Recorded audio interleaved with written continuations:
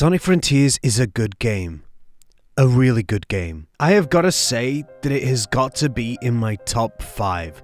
I am surprised. Sonic Team and SEGA have finally learnt how to make a Sonic game. Now before we get into this video, I just want to say a huge thanks to SEGA for providing me an early access code for Sonic Frontiers. I played the Switch version because that was the only one available, and I will hopefully be able to play it on the PC version very soon. I also want to state that I am not a professional reviewer, so if you come to this video for an in-depth analysis of Sonic Frontiers, then you've come to the wrong place. I'm just going to go through some bullet points and just say in a very short sentence what's good and what's bad and what's mediocre. Unfortunately, I didn't have too much time to film and record before doing this video. I was only able to complete the first island and a little bit of the second island. So this is going to be more of a first impressions than a review, but you know, potato potato. So without further ado, let's get right into it. So let's get the negatives out of the way, shall we? Cyberspace.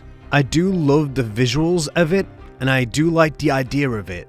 I do not like the handling and the physics of playing as Sonic in the cyber levels. I much prefer Sonic in the open world. However, do not worry about the cyber levels, they are such a minute part of the game. Like, I probably played less than 10% of the game doing the cyberspace levels. You can complete most of the game without them. The only time I've ever needed to go into the cyberspace was just to get the odd key or two. And I've got to say, it's such a huge relief because I was worried that cyberspace was going to be a lot of the game, like as much as half of the game. Like, imagine playing half of the game just as Green Hill and Chemical Plant. That would not have been a good time. But luckily, it's such a minute detail. Don't worry about it. The pop-ins in Sonic Frontiers. A lot of people were complaining about the fact that pop-ins was going to be a major issue, and I've got to say, I don't really notice it. But then again, I'm such a casual player when it comes to games, so I don't really notice those minute details. However, if you really care about games all the time, then it may be an issue for you.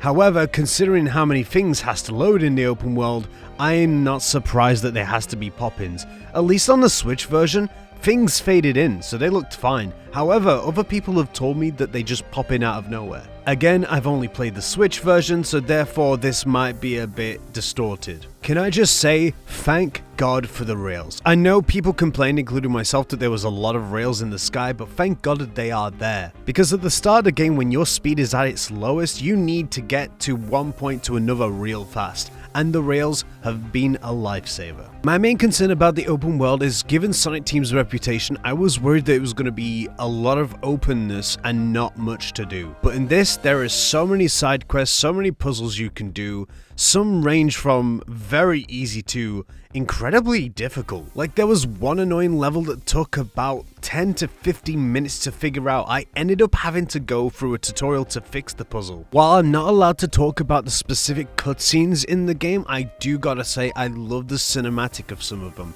I just love Sage, I love Sonic, and I just love how serious the tone of this game is now. Again, I can't talk about specific details about how serious the tone of the game gets, the story of it, but trust me, this is very good. A lot of people were saying that this game can be done in about 15 hours, and I'm not sure if I completely agree with that, because I did the first island and it took me about 7 hours taking out all the breaks. Now, unless all the other islands are really short, which I don't really know, I can't confirm about this, but it's a big game. I mean, couldn't you do Forces in less than 4 hours or something? This is a definite step up. In fact, this whole game is a step up from the last Sonic game, and I will take that every single day of the week. So that's it for now. Those are my initial thoughts for Sonic Frontiers. If you guys want me to do a more spoiler kind of look on the game, then be sure to check out this channel in the future for streams, or my Twitter for when I'm going to stream it. Because I cannot wait to talk about this game more in depth. There is so much to talk about that I cannot reveal yet. Thank you guys for watching this video, and thank you to SEGA once again for supplying the code for this video. And until next time guys,